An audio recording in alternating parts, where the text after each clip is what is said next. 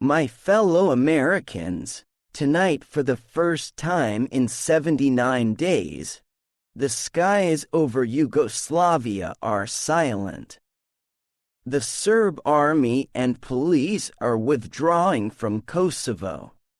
The 1 million men, women, and children driven from their land are preparing to return home. The demands of an outraged and united international community have been met. I can report to the American people that we have achieved a victory for a safer world, for our democratic values, and for a stronger America. Our pilots have returned to base. The airstrikes have been suspended. Aggression against an innocent people has been contained and is being turned back. When I ordered our armed forces into combat, we had 3 clear goals: to enable the Kosovar people, the victims of some of the most vicious atrocities in Europe since the Second World War, to return to their homes with safety and self-government, to require Serbian forces responsible for those atrocities to leave Kosovo, and to deploy an international security force, with NATO at its core, to protect all the people of that troubled land, Serbs and Albanians alike. Those goals will be achieved. A necessary conflict has been brought to a just and honorable conclusion. The result will be security and dignity for the people of Kosovo, achieved by an alliance that stood together in purpose and resolve, assisted by the diplomatic efforts of Russia. This victory brings a new hope that when a people are singled out for destruction because of their heritage and religious faith, and we can do something about it, the world will not look the other way. I want to express my profound gratitude to the men and women of our armed forces and those of our allies. Day after day, night after night, they flew, risking their lives to attack their targets and to avoid civilian casualties when they were fired upon from populated areas. I ask every American to join me in saying to them, "Thank you. You've made us very proud."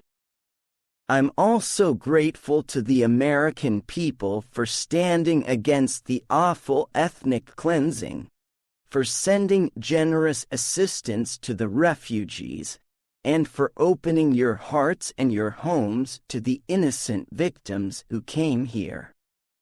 I want to speak with you for a few moments tonight about why we fought, what we achieved, and what we have to do now to advance the peace, and together with the people of the Balkans, forge a future of freedom, progress, and harmony.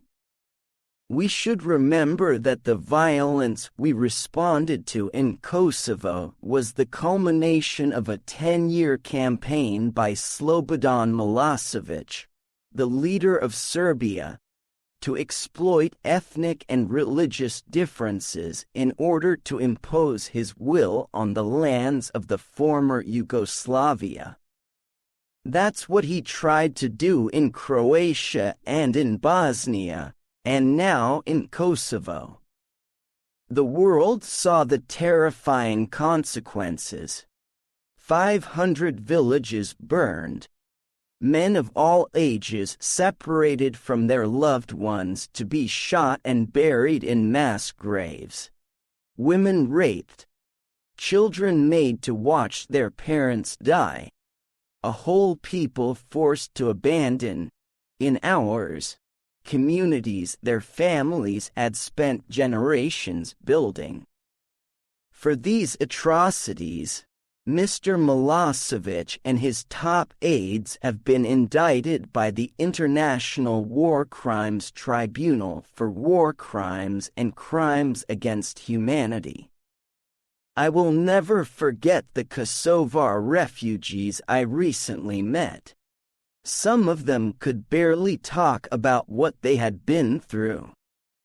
All they had left was hope that the world would not turn its back.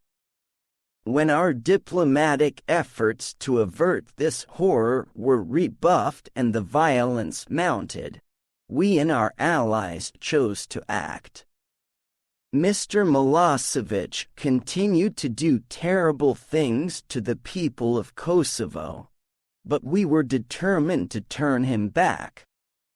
Our firmness finally has brought an end to a vicious campaign of ethnic cleansing, and we acted early enough to reverse it, to enable the Kosovars to go home. When they do, they will be safe. They will be able to reopen their schools, speak their language, practice their religion, choose their leaders, and shape their destiny. There'll be no more days of foraging for food in the cold of mountains and forests, no more nights of hiding in cellars, wondering if the next day will bring death or deliverance. They will know that Mr. Milosevic's army and paramilitary forces will be gone, his 10-year campaign of repression finished. NATO has achieved this success as a united alliance, ably led by Secretary-General Solana and General Clark.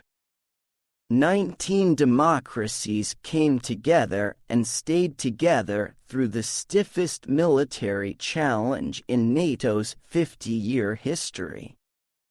We also preserved our critically important partnership with Russia, thanks to President Yeltsin, who opposed our military effort but supported diplomacy to end the conflict on terms that met our conditions. I'm grateful to Russian envoy Chernomyrdin and Finnish President Ahtisaari for their work, and to Vice President Gore for the key role he played in putting their partnership together. Now, I hope Russian troops will join us in the force that will keep the peace in Kosovo, just as they have in Bosnia.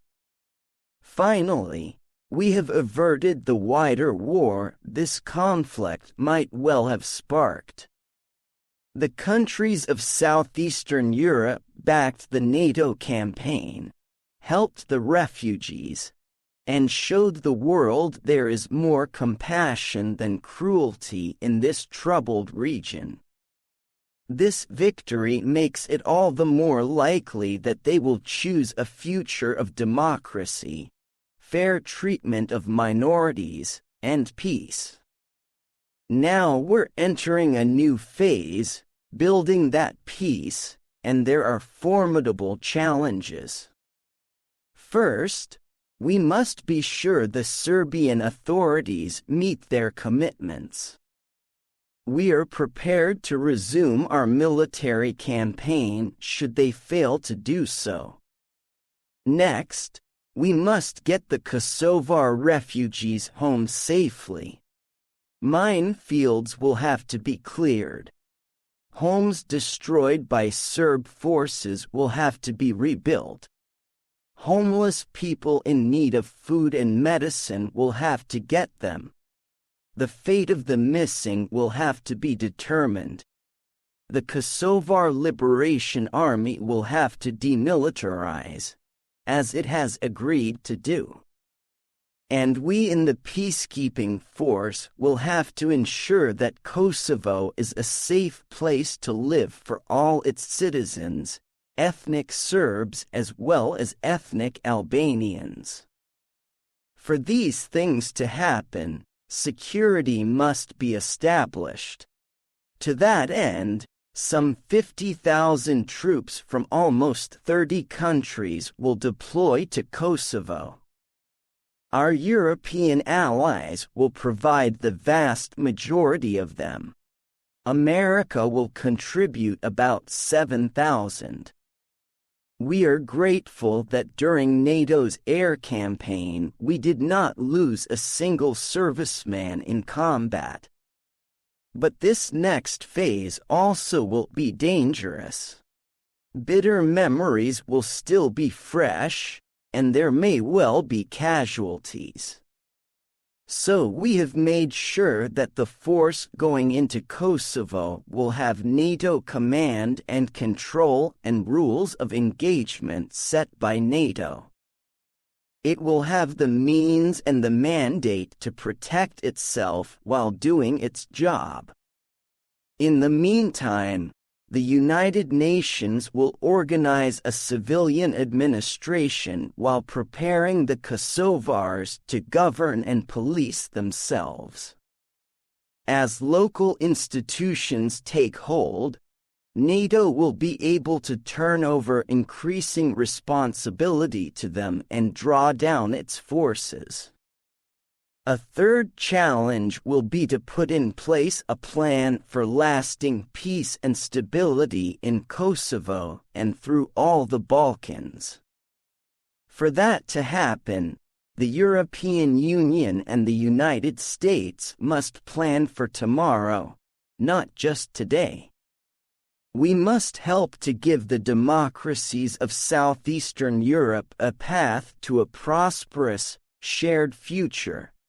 A unifying magnet more powerful than the pull of hatred and destruction that has threatened to tear them apart. Our European partners must provide most of the resources for this effort, but it is in America's interest to do our part as well. A final challenge will be to encourage Serbia to join its neighbors in this historic journey to a peaceful, democratic, united Europe. I want to say a few words to the Serbian people tonight. I know that you, too, have suffered in Mr. Milosevic's wars. You should know that your leaders could have kept Kosovo as a part of your country without driving a single Kosovar family from its home, without killing a single adult or child, without inviting a single NATO bomb to fall on your country. You endured 79 days of bombing, not to keep Kosovo a province of Serbia, but simply because Mr. Milosevic was determined to eliminate Kosovar Albanians from Kosovo, dead or alive. As long as he remains in power, as long as your nation is ruled by an indicted war criminal, we will provide no support for the reconstruction of Serbia. But we are ready to provide humanitarian aid now and to help to build a better future for Serbia, too, when its government represents tolerance and freedom, not repression and terror. My fellow Americans, all these challenges are substantial, but they are far preferable to the challenges of war and continued instability in Europe. We have sent a message of determination and hope to all the world. Think of all the millions of innocent people who died in this bloody century because democracies reacted too late to evil and aggression. Because of our resolve, the 20th century is ending not with helpless indignation but with a hopeful affirmation of human dignity and human rights for the 21st century. In a world too divided by fear among people of different racial, ethnic, and religious groups, We have given confidence to the friends of freedom and pause to those who would exploit human difference for inhuman purposes. America still faces great challenges in this world, but we look forward to meeting them. So, tonight I ask you to be proud of your country and very proud of the men and women who serve it in uniform. For in Kosovo, we did the right thing.